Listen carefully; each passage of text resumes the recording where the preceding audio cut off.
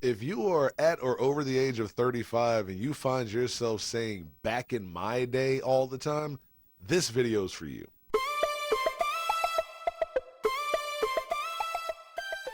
What's going on, everybody? It's your boy Rico the Acronym back in the sack again, and it's time for more Rico's Rants. That's right. And today, I'm kind of doing a little bit of a continuation of another video I made about how the generations are always at war with each other. Just because I saw some shit that happened in my city this weekend, Memphis, Tennessee. There was a big party in Orange Mound, one of the neighborhoods in Memphis, and there was some shooting, a lot of shooting that happened. Actually, I saw the video; it was a lot. And I'm not gonna sit here and talk about crime, black on black crime, all that other bullshit, da da da, because that's being done a million fucking ways from Sunday by every other platform, especially a million YouTube and TikTok channels. What I want to talk about is why every generation thinks that the generation after them is doing something brand new or doing something that never would have happened back in their day, but definitely did happen back in their day. And the first point I want to make is it's extremely hypocritical of people of older generations, my generation, older, even some people that are younger than me hating on the generation younger than them, which isn't that much of a difference in all honesty. But it's this idea that people will always go, oh, these kids ain't coming up with nothing new. That was done by such and such back in 19 such and such. That was done by such and such back in 2000. But when it's something negative, all of a sudden it's brand new. When it's something, violent, when it's something where people get hurt, when it's something where people die, all of a sudden it's brand new. These kids, oh my God, they wasn't like this back in the day. But then y'all come behind that when they do something like make an amazing record or an amazing movie or anything artistic. Oh, that was already done before. That was already done before. Why is there the divide there? Because here's one thing that I think everyone, once they pass a certain stage in their life, has a tendency to forget, is that watch.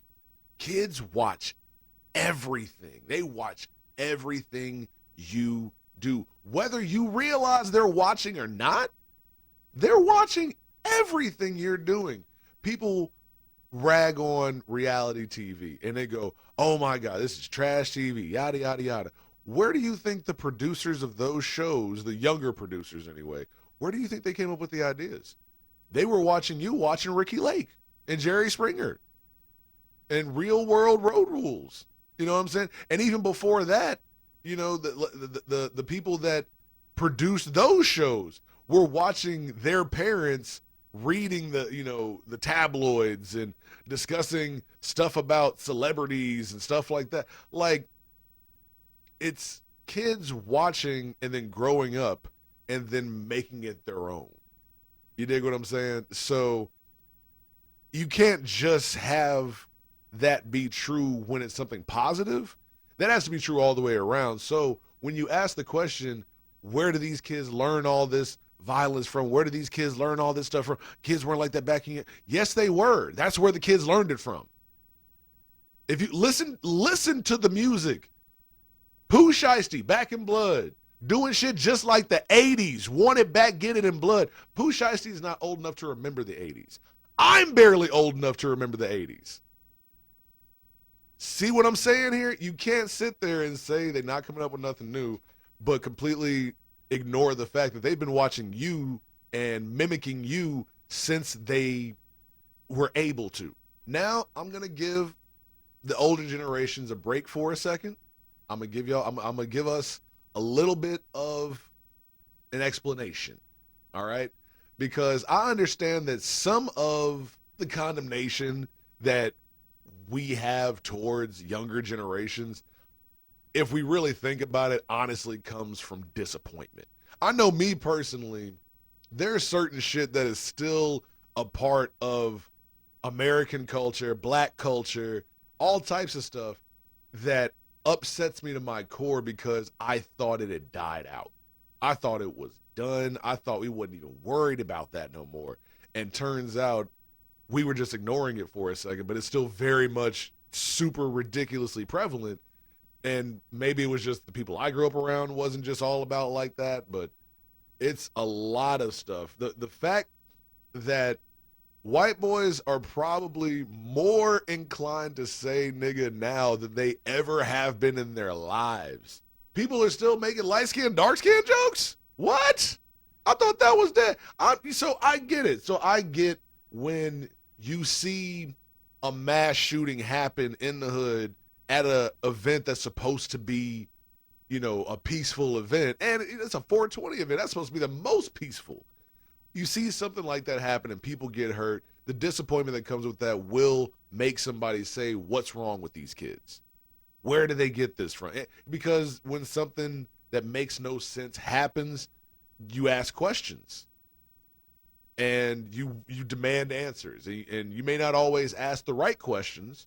You may not always ask questions that, even pertain to what's going on, but it's one of those kind of like automatic snap reactions. So I get that. I do. Because I find myself saying, every once in a while, I'm guilty of it too, back in my day. But, even then I have to kind of give myself a little bit of a pause and go, wait a second, is that true that didn't happen back in my day, or was it just that I wasn't around it?